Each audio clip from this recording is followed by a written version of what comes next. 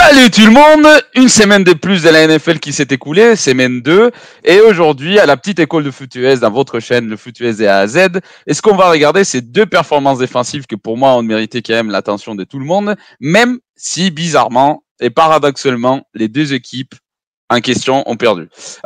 Donc il s'agit des Jacksonville Jaguars en face aux Kansas City Chiefs et il s'agit aussi des Patriots face aux Miami Dolphins. Maintenant, on va commencer tout de suite, mais avant ça, générique.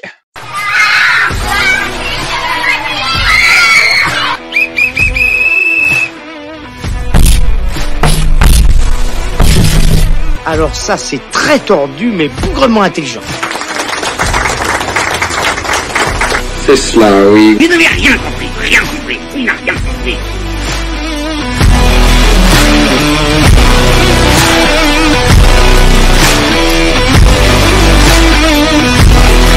Donc, on va commencer par le premier des deux matchs. Donc, on va voir à peu près comment est-ce que les Jacksonville Jaguars ont essayé de confondre un peu Patrick Mahomes.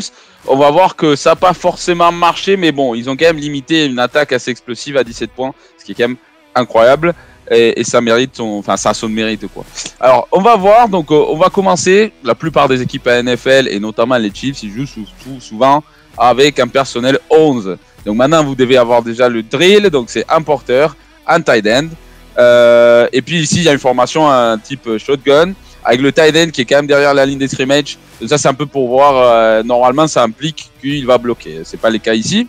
Mais surtout ce qu'on va voir en fait c'est que par rapport au niveau au début du jeu, donc le personnel chez les Jaguars c'est du personnel nickel parce que du coup il y a 5 DB. 1, 2, 3, 4, 5. Alors ce qui est important à voir ici, c'est que du coup il y a un safety au profondeur, en tout cas au début du jeu, donc ce qui pourrait indiquer pour Patrick Mahomes que c'est de la cover 1. Ça veut dire que tous les autres défenseurs ils sont un homme à homme, avec beaucoup de coussins quand même, mais c'est pas les cas. On va voir en fait que le jeu il va démarrer. Déjà il y a une lecture, il y a une motion de Travis Kelce. Personne bouge, c'est-à-dire le safety numéro 2 il ne suit pas, donc ça veut dire, et aucun des linebackers ne le suit non plus, donc ça veut dire que c'est pas la couverture en homme à homme. Ça c'est une bonne lecture de la part de Patrick Mahomes. On va voir aussi que c'est pas de la couverture 1, c'est-à-dire qu'en fait à la fin, ce safety là il va venir prendre le demi-terrain et ce safety là il va prendre ce demi-terrain, ce qui veut dire qu'il y a couverture 2. Donc, et ce qu'il faut voir ici, c'est que Patrick Mahomes il identifie ça, hein. Il voit qu'il y a un safety de ces côtés-là, il y en a un safety de l'autre côté, il se rend compte quand même, il lit le DB, la première lecture c'est Travis Kelce, il voit quand même que le 37 il est assez proche, le 31 il est dans la zone des flats. Normalement, et je dis normalement, cet homme-là, il va vu qu'il fait une trajectoire go, il n'est pas ouvert. Pourquoi? Parce qu'il y a ce safety ici. Donc c'est pour ça aussi qu'ils n'aident pas la balle là-bas, alors qu'en vrai Cisco il joue pas une très bonne cover 2 parce qu'il se déplace pas énormément avec lui, parce que sa priorité c'est Travis Kelce au cas où il faisait une trajectoire des cimes pour être prêt à aider justement et pas se prendre la cime dans la gueule. Alors tous les Jaguars font le bien de leur travail, hein, à exception du numéro 33. Tout le monde sait que c'est la couverture 2 avec les corners qui ont la responsabilité des deux flats. Ici les deux corps qui devraient être couverts par le 33 et par le safety, et puis vous avez les hooks ici qui devraient être couverts du coup par le linebacker central. C'est le cas, mais le 33 il est pas au courant en fait. C'est tellement compliqué. Ils ont tellement essayé de faire des choses différentes qu'en fait ils finissent par se confondre eux-mêmes. Tout le monde, et je dis tout le monde joue de la zone sauf le numéro 33 qui vient de suivre Pacheco, alors que c'est clairement pas sa responsabilité. Ça va ouvrir le curl ici. Et ce qui va provoquer du coup après avec la progression de Patrick Mahomes qui a quand même pas de pression, il a une poche assez clean, et ce qui n'a pas été le cas tout le match, hein. Mais ici dans ce jeu-là, la poche elle est complètement clean et ça lui permet de faire sa progression. Kelce est pas là, Sky Moore est pas là, mais il se trouve que MVS est libre parce que le numéro 33 va pas dans sa zone, donc il a eu le temps de parcourir tous ses défenseurs. Il gagne pas beaucoup de yards, mais au moins il se prend pas un sac non plus, non pas d'interception. Donc maintenant on va voir un autre jeu, c'est pareil, hein. Au début du jeu, il semblerait c'est la cover 2 parce qu'il y a deux safety en profondeur, un ici, puis il y a 1, 2 et puis 2 DB. Donc c'est du personnel 43 avec un linebacker supplémentaire. Donc et ça c'est en réponse au personnel 23 qu'ils envoient les Chiefs. Vous avez deux tight ends, 23, 12. Vous avez un porteur et deux tight ends. Donc personnel 12.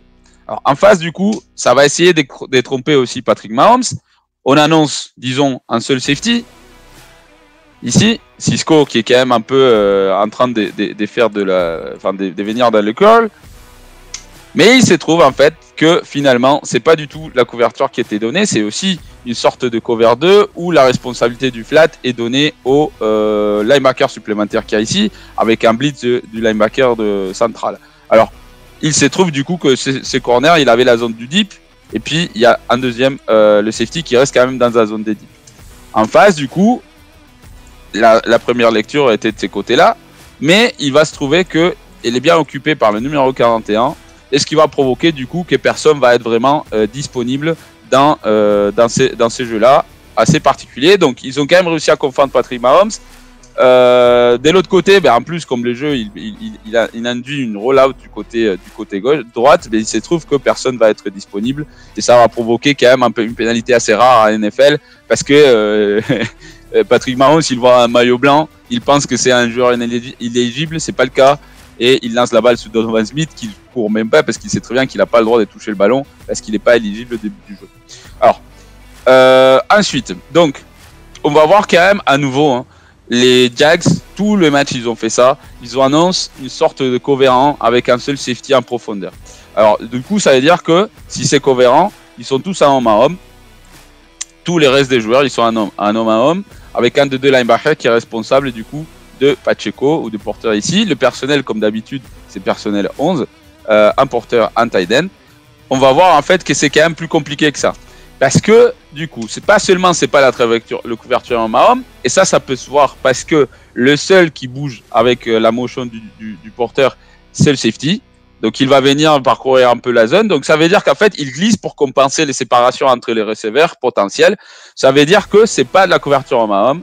D1, et c'est pas couverture 1 non plus. Si vous voyez quand même la distance qu'il prend quand même ses corners, le 31 par rapport au receveur le plus proche, c'est quand même un indice de ce que ça peut donner. Et en fait, on va venir voir qu'il va venir récupérer la zone profonde et tous les autres ils vont jouer la cover 2, y compris ce corner qui va venir récupérer son flat ici, lui il va venir récupérer les flats ici, puis les curls, les deux curls et puis les hooks ici, le linebacker. Cisco il va bien venir prendre sa zone de cover 2. Et en fait, en faisant ça, du coup, la première lecture de Patrick Mahomes, c'était la swing de Pacheco. Elle va pas être là grâce au fait d'avoir le flat occupé par le DB. Donc, ça veut dire en fait que Justin Watson, c'est la meilleure lecture. Pourquoi ? Parce qu'il va faire une trajectoire des flags à l'extérieur, en 45 degrés, vers ici. Mais il se trouve que Cisco il va faire une super bonne lecture. Ça c'est un jeu très athlétique et en vrai Patrick Mahomes il a fait la bonne lecture. Le problème c'est que Cisco il fait un meilleur jeu défensif. Vous voyez ici on voit bien les zones bien réparties. Bon, ce corner il va pas vraiment dans la zone. Il est un peu départagé disons parce qu'il suit au début de Sky Moore. Et en vrai, MVS, il était plutôt libre. Mais la lecture de Patrick Mahomes passe de l'autre côté. Il se trouve qu'en plus, il sent un peu la pression parce que la poche est plus resserrée que d'habitude, même si elle est plutôt clean. Hein. Mais il décide de les jeter rapidement. On voit ici que le DB, il s'arrête sur son flat. Et puis, en fait, il y a Cisco qui fait un superbe jeu en attaquant parce que la position du début, elle était favorable pour lui. On voit en fait, ce qu'il aurait dû faire Justin Watson, c'est attaquer plus à l'intérieur pour donner plus de possibilités à Patrick Mahomes. Resserrer certes plus le terrain, mais aussi lui permettre. En plus, il fait quand même une trajectoire assez disons linéaire. C'est-à-dire que au lieu d'essayer de planter ici les pieds et de faire tourner les hanches au safety, il va quand même directement sans trop de cadence. Il y va directement en ligne droite. Il plante jamais le pied et ça permet au safety quand même de faire un bon jeu sur la balle. Qui aurait pu être ça aurait dû être une interception. Bon, ils ont quand même pas joué de la zone de cette façon-là tout le match. Il y a des fois du coup pour que ça marche, pour le fait de cacher les couvertures, il faut jouer quand même de la home à home, ce qui est annoncé au début. Ce qui est le cas dans ces jeux-là. Et en vrai, ça tombe bien pour les Chiefs parce que ils vont faire ce qu'on appelle une pick play, une sorte de pick play. En vrai, c'est un appel qui est quand même assez bien, qui se prête bien en fait, même si c'était la couverture des zones, ça aurait bien marché aussi, on va voir pourquoi. Donc ici pareil, on annonce un safety à un profondeur, ce que les Jaguars ont fait tout le long du match, et du coup a priori il y a couverture à Mahomes, ici et ici. D'accord, donc tout le monde a son homme et puis tous les autres, ben, on se répartit sur les zones. Puis bien, on a aussi les responsabilités. Soit il y a un spy sur les QB, soit il y a quand même un linebacker au milieu de terrain qui va venir aider pour essayer d'enlever du coup tout ce qui est les trajectoires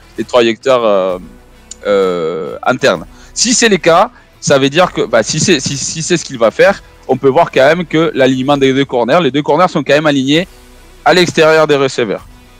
Donc ça indique quand même que leur responsabilité primordiale en coverant, c'est quand même de ramener du coup les receveurs vers l'intérieur, vers la zone du linebacker central, pour essayer justement d'éviter d'essayer de prendre les trajectoires, tout ce qui est slant, tout ce qui est drag, tout ce qui est à l'intérieur du terrain, quoi. Comment on sait que c'est cohérent? Ben, il y a une motion du coup des Kadarius Toney. Le 37 le suit, donc c'est une bonne indication. Patrick Mahomes le voit. Il attend qu'il se place. Et en fait, ce qui va se passer ici, c'est que un des deux va être ouvert. Soit MVS, qui va faire une trajectoire en sorte de sim. Et si c'était de la couverture des hommes, ça veut dire qu'en fait, entre le 37 et le DB, juste avant Cisco, il aurait dû chercher cette interzone-là pour essayer de recevoir la passe. C'est pas le cas. Donc, en faisant ça, en passant dans sa trajectoire des cimes, ben, il va aussi gêner le numéro 37 qui est en train de suivre Kadarius Toney, qui pour le coup, il va faire une trajectoire vers les flats. Comme la responsabilité de MVS, c'est à ses corners et qu'il va gêner le numéro 37, il se trouve que Kadarius Toney, il va être tout seul, il va avoir la première assez facilement, et Cisco, qui est quand même assez loin, il est quand même à 15 yards, ben, il va être assez loin du jeu. Donc on peut voir ici comment MVS, de par le jeu, c'est pas une interférence des passes offensives parce que MVS il est en train de courir sa trajectoire, c'est ce que l'arbitre il juge, hein. L'arbitre il est par là et par là aussi. Ils vont le juger de façon favorable, c'est-à-dire qu'ils vont se rendre compte en fait que MVS il est juste en train de parcourir sa trajectoire, il n'y a pas une intention de blocage, le mec limite il fait même pas contact avec le numéro 37, donc très bien joué de la part des Kansas City. Ils ont quand même bien appelé ces jeux-là. Donc on va avancer un peu plus dans le match. Même personnel pour Kansas City, personnel 11, un porteur, un tight end et du coup 3 receveurs. Ici ils sont en 3x1, d'accord. Même personnel pour Jacksonville, nickel, avec 5 DB, dont on dirait qu'il y a un seul safety en profondeur, ce qui n'est pas le cas. On va voir que, enfin si c'est le cas dans ces jeux-là d'ailleurs, mais c'est le même alignement que tout le match. Et c'est ça qui a marché pour Jacksonville, c'est que avant le début du jeu, c'était dur pour Mahomes de savoir quelle couverture c'était. Ici c'est pas le cas parce qu'il va avoir une motion de Kadarius Toney et on va voir en fait que le numéro 23, il va le suivre, 37 pardon, il va le suivre de l'autre côté. Alors donc ça veut dire couverture à Mahomes qui s'est rendu compte de ça, mais de l'autre côté il y a quand même une bonne exécution de la part des Jaguars. Alors il faut dire quand même qu'Kelsey il n'a pas eu son meilleur match. Il a marqué certes, mais on voyait qu'il n'était pas à 100%. Ici il va venir aider dans les blocs avant de sortir dans sa trajectoire des flats. Sky Moore qui va faire une longue hitch le temps que la play action se développe. Et de l'autre côté, ben en fait Patrick Mahomes il va lire rapidement, mais il va se rendre compte assez rapidement déjà que Kadarius Toney il est bien couvert par son homme.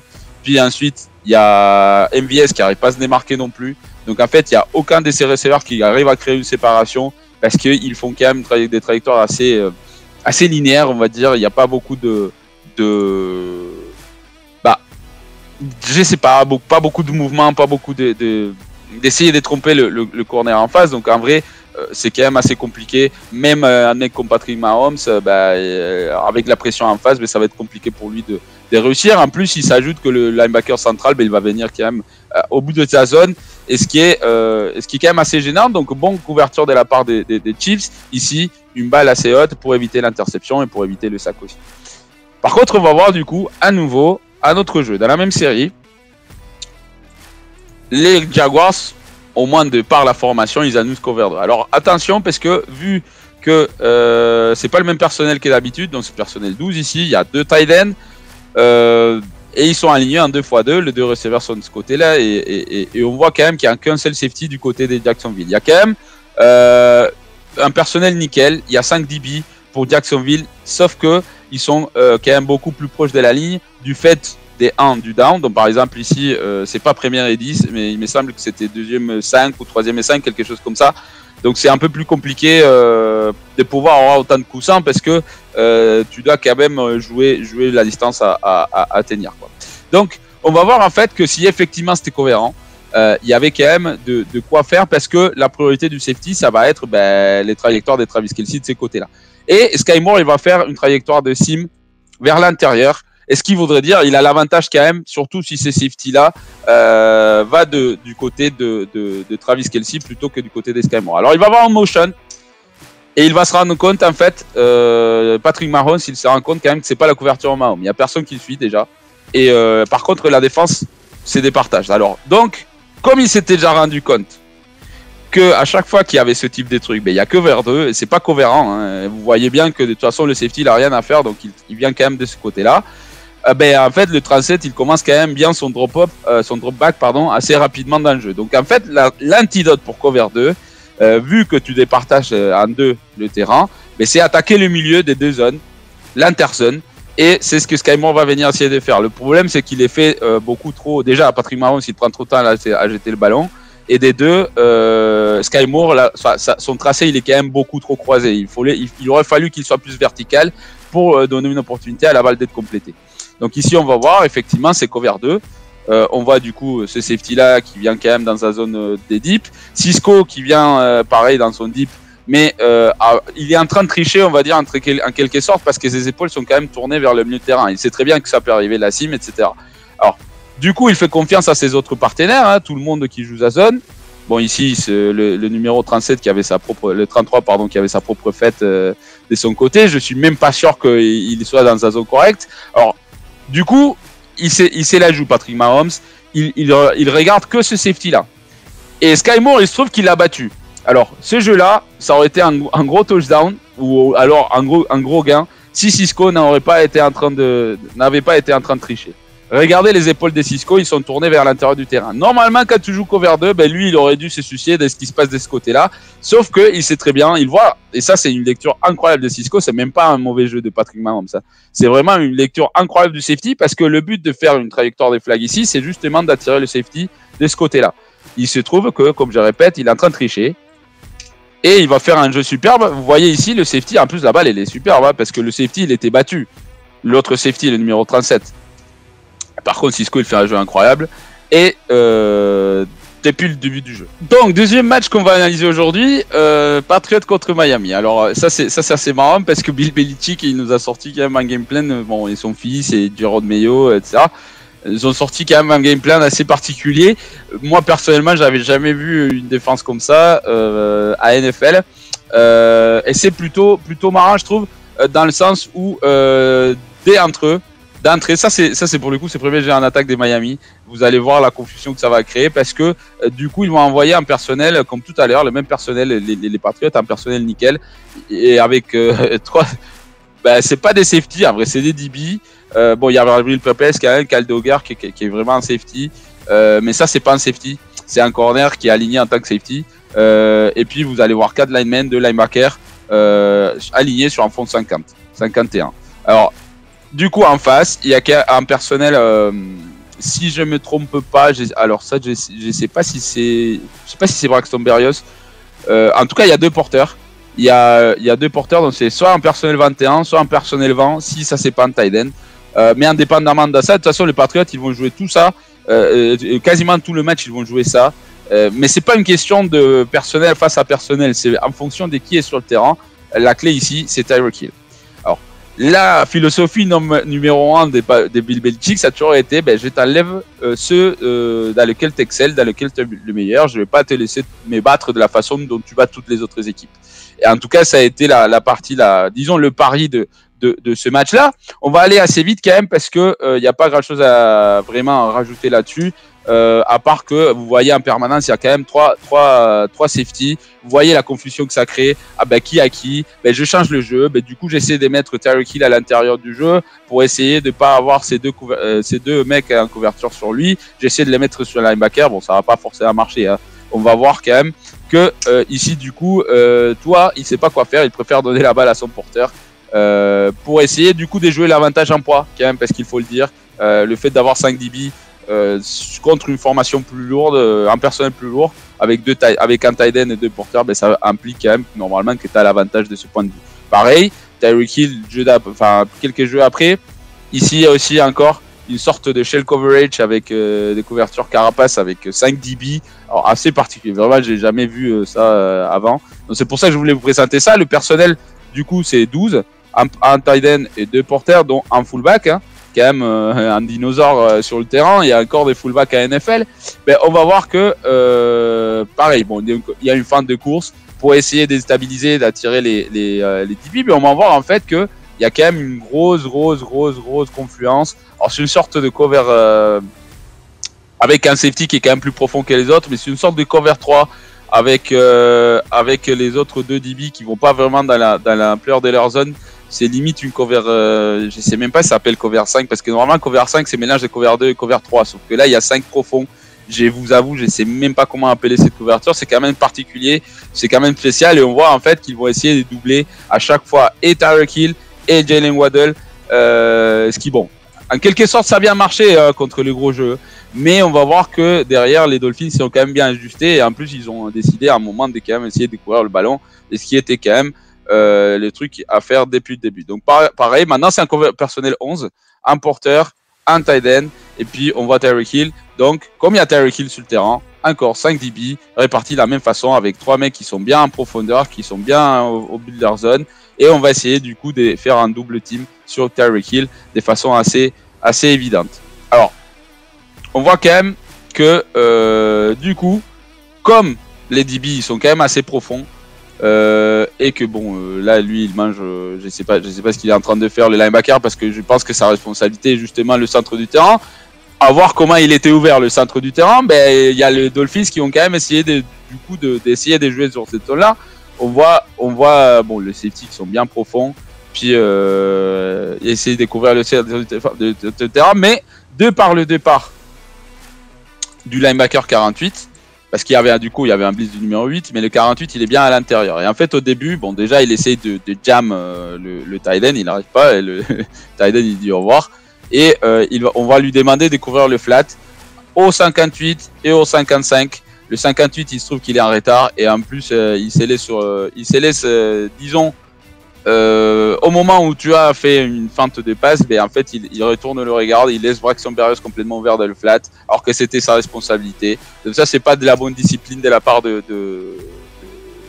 numéro 48, je me souviens pas de son nom. Donc pareil, même personnel 11 avec un fullback, même situation, même formation, sauf que ici il n'y a pas de blitz. Là le numéro 8 il va vraiment aller vers le milieu de terrain, sauf que bon les DB sont tellement profonds qu'en fait ça oblige quand même Miami à être patient, à bien jouer l'interzone, chose qu'ils ont quand même réussi à faire. Je trouve qu'ils ont été plutôt patients, mais c'est pas la façon de Miami de gagner. Donc ils misaient sur ça, les Patriots, hein. Ils misaient sur le fait de perdre la patience, qu'ils perdent la patience, qu'ils essayent de tenter des jeux en profondeur. Pareil, même formation que tout à l'heure, avec 5 DB, un seul linebacker au milieu, et puis en front 50 contre un personnel 12 en face. Il y a 21, il y a 2 porteurs, un tight end et Tyreek Hill et Jalen Waddle. Donc ça, c'est ce qu'il faut regarder à chaque fois que vous voyez cette formation là, mais c'est clairement parce que il y a Jalen Waddle qui est sur le terrain. Et Tyreek Hill aussi. Mais par contre, c'est une formation qui est vulnérable à la course, qu'on peut voir ici. Donc je vous dis, et surtout avec un personnel 21, c'est un personnel assez lourd. Et on va voir en fait, le problème c'est qu'à partir du moment, en plus comme il y a 5 linemen sur la ligne, à partir du moment où on dépasse le premier rideau, ben, si on arrive à bloquer, à mettre les mains sur le numéro 8, ben, c'est tout le monde contre des DB. Et pour les DB, c'est quand même des blocs assez compliqués. Donc le 70 qui fait quand même une bonne dérivation sur le linebacker, un bon bloc du fullback sur Christian Gonzalez. Et du coup, ben, en un contre un safety, ben, le porteur il va gagner ce contact à chaque fois. On va voir quand même qu'ils ont essayé de varier les défenses, hein. Ça n'a pas été toujours assez évident que ça, même quand il y avait Tyreek Hill, mais en permanence 2 mecs qui sont focalisés sur lui. Il y a vraiment une concentration, enfin il y a eu vraiment beaucoup de focus donné dans ce match à Tyreek Hill. On va voir ici qu'il y a quand même un beau jeu défensif, dans le sens où il y avait ça c'est une sorte de couverture des zones aussi, où il y avait du coup un DB qui va avoir la zone, disons, c'est pas vraiment le flat parce que c'est beaucoup plus haut, mais disons pour enlever toutes les trajectoires extérieures, et puis le safety qui va quand même dériver de ce côté-là, qui va aller dans sa zone profonde pour enlever tout ce qui est tracé en profondeur. Donc c'est pour ça en fait que les Patriots ne sont pas pris des gros jeux, c'est parce qu'ils sont vraiment focalisés, vous le voyez ici de toute façon. C'est une sorte de cover 4 où ils se répartissent bien les zones, bien le terrain, tout le monde a sa responsabilité, tout le monde est assez préviseur.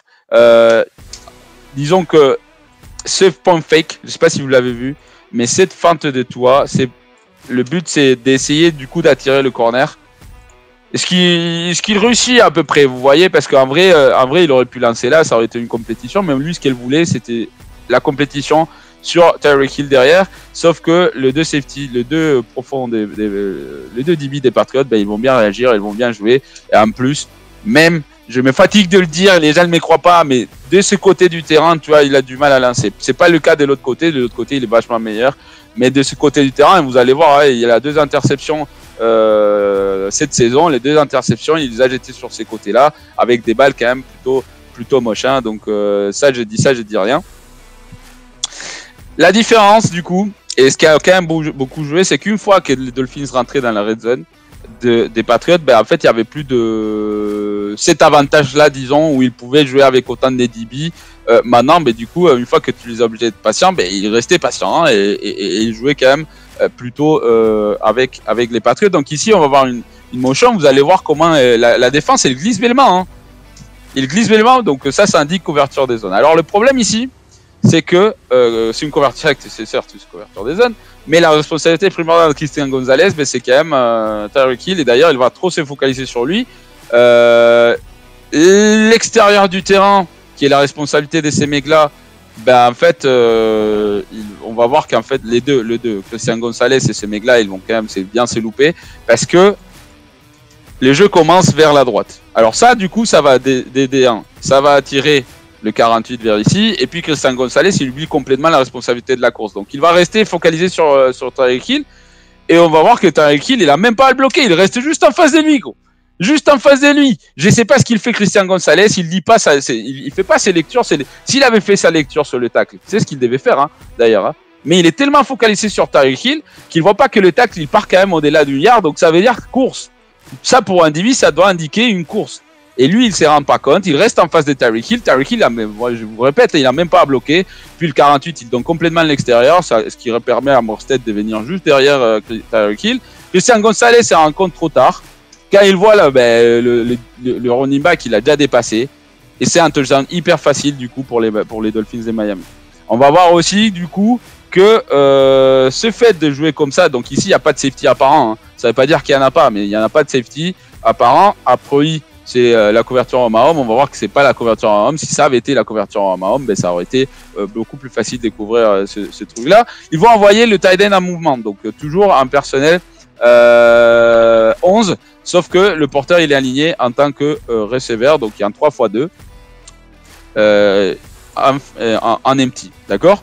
Le truc, du coup, c'est qu'ils vont envoyer les tight ends en mouvement. Et soit, si c'est une couverture en homme, du coup, ça va permettre de libérer Tyreek Hill au milieu du... Enfin, en plus, non, c'est même pas vrai, parce que Tyreek Hill, il va faire une trajectoire à l'extérieur aussi. Lui, à l'extérieur. Donc, si c'est couverture en Mahomes, il y a un des deux qui va être libre, mais c'est pas une couverture en Mahomes parce que Christian Gonzalez va le récupérer. Donc, ça veut dire que cette zone-là, où Tyreek Hill va faire cette trajectoire, va être complètement libre. Et Kyle Duggar va être en retard de par la motion, hein.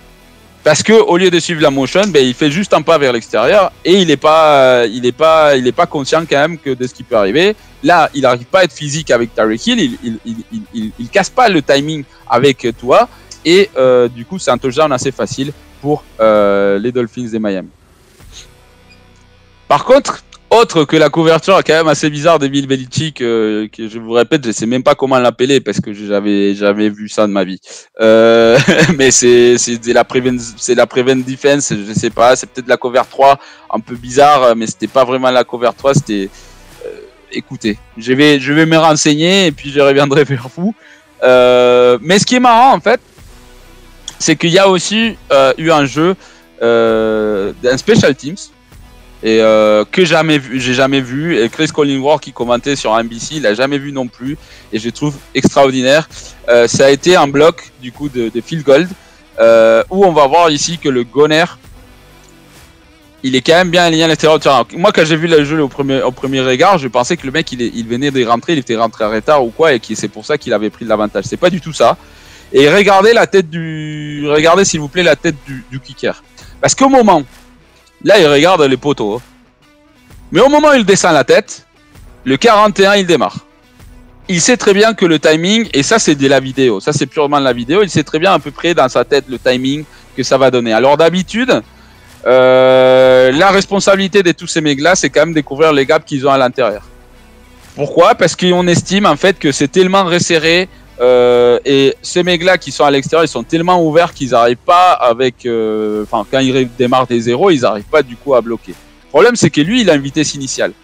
Et il a tellement bien timé le snap, mais tellement bien timé, qu'au moment où il y a le snap, et vraiment, c'est un jeu extraordinaire parce que le timing, il doit être parfait. Et il est tellement parfait qu'il le bloque, mais avec de l'aisance, quoi. C'est-à-dire qu'il y avait vraiment beaucoup de... Et comme le 94, il y avait vraiment beaucoup, il avait l'air marge hein, pour bloquer ce truc-là. Et comme les 94, il s'attendait pas, il avait jamais vu ça non plus. Il savait pas comment réagir, du coup, il essaie de lui mettre une main dessus, mais trop tard. On va voir que vraiment, il les bloque même pas avec les mains, les gars. Vraiment, ça bloque ça arrive sur son aisselle. Marque